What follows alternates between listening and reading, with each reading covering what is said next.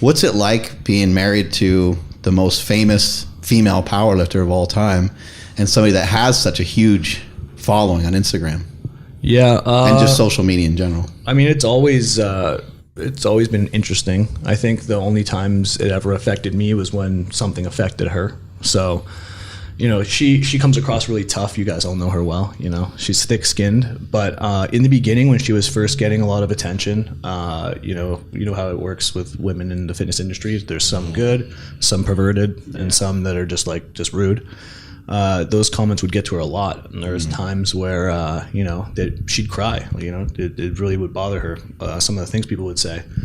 Because people are ruthless, people are fucked up. They are they'll say something completely unrelated to what you're trying to convey too, and that can be really hurtful. You're just she might post a video about her doing a deadlift, and somebody might say you look like a man or some bullshit like that, right? Yeah, or they, she does a lot of informational content, and people will intentionally misinterpret things she's saying to make a clickbaity post. One that was kind of recent is. This one didn't upset her. She now is tough at this point, obviously, but she's kind of over the hump, right? She's over the other side a little bit, right? Yeah. So, I mean, to go back to your point, it affected me in that I would get pissed off and I'd be in the comments battling all these people and her following just got too big that I was like, oh, God, I can't do this. This is going to be a full-time job if I'm just going to be defending every negative comment. But just recently she had one with Greg Doucette. Oh, okay. And he basically intentionally, like what he does, he intentionally misinterpreted what she was saying, made a whole video kind of dissecting it, but then we just had fun with it. We were like, okay, well, clock's ticking while this video is still relevant, and we got back into the studio at Hybrid and have her do just pump out a rebuttal to it that was really, really good. And most people get pissed off and say a bunch of crazy shit, but she kept it respectful. She threw some jabs in there, obviously, because that's the game. But it was really well done, and she does more of that kind of stuff now. So it's turned from something that was just really negative to something that she can now use that's helpful. Now she's making content out of it and stuff. So that's pretty cool. Well, and twisting her words around and using them against her, she is a doctor, right? Yeah, a doctor of physical therapy, right? Mm-hmm. And so that probably pissed her off pretty good. She probably fuck that. Yeah, because it was about a topic she's super familiar really with, well. So yeah, definitely. But I don't think it. I mean, it obviously it was annoying, but it's also his shtick, right? It's kind of like if Weird Al rips your song, you can't get mad at him. It's kind of like oh, cool, I'm getting recognized, sort of thing. Mm-hmm. Kind of, yeah. Because he made stuff about our podcast, but then we couldn't wait to have him on. It's just kind of it's cool that she was able to.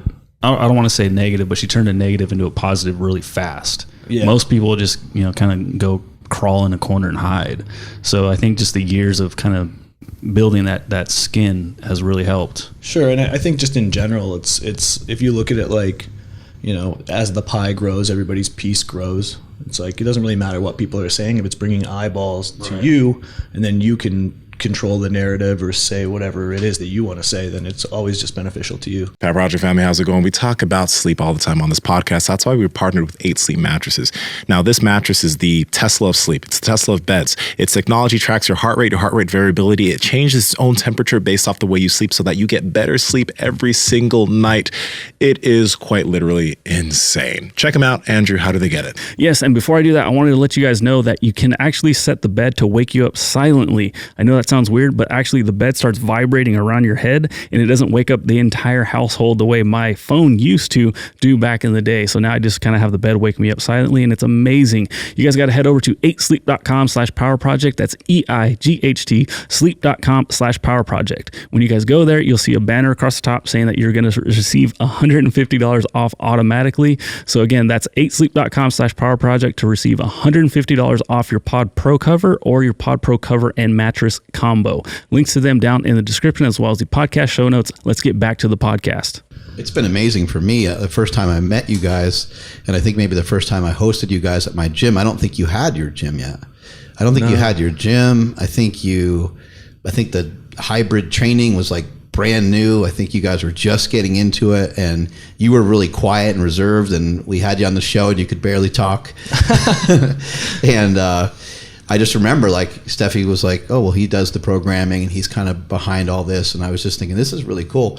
And it was at a time before there was so many online coaches and so many different, like now Hybrid is known and recognized as a premier brand in that space. So it's been really cool for me to watch the growth that you guys had and to see the growth of your gym and all the different things you guys are doing. Yeah, I appreciate that. I mean, it's been definitely a wild ride, and I don't know that I could attribute it to any one thing, but the landscape now, like you said, there's so many more people offering similar things.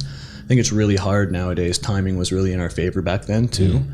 You know, we obviously had great influences. We were able to be around you a lot. We were able to be around a lot of people we respected, and you know, made a big effort to always be in front of as many people's eyeballs and cameras as possible. And I think that helped.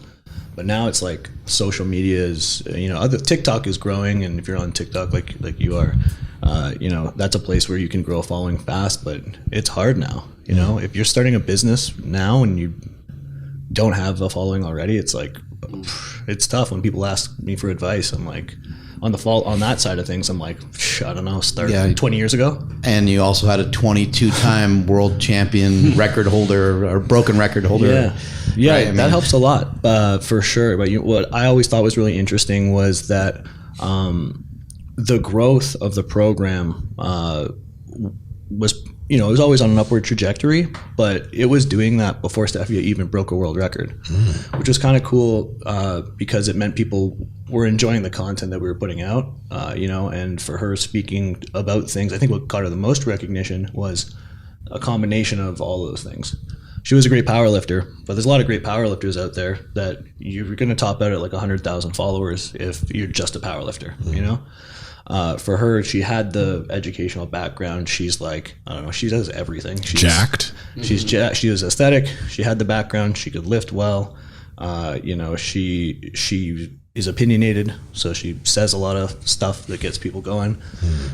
You know, she's into fashion. She does all these things that are, you know, I think that add to it. So I think that was actually something that she got unfairly sort of like labeled as, oh, she gets all this attention because she's attractive and she's good at powerlifting. It's like nobody cares about these other girls because they just don't look like her.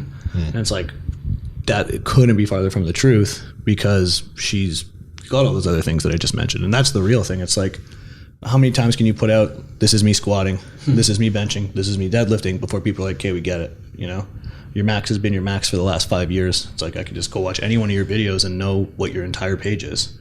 So it's I think the approach that she took, and that anyone I would say should take, is to just have more diversity than just being the person that squats or whatever. Hey, before you go, you got this far. That means that you've enjoyed the heat that we're continuing to bring you. So listen, like the video, comment something down below. We'll reply back, and subscribe to the channel because we continue to bring you the heat. Seriously, do it. Love you. Bye.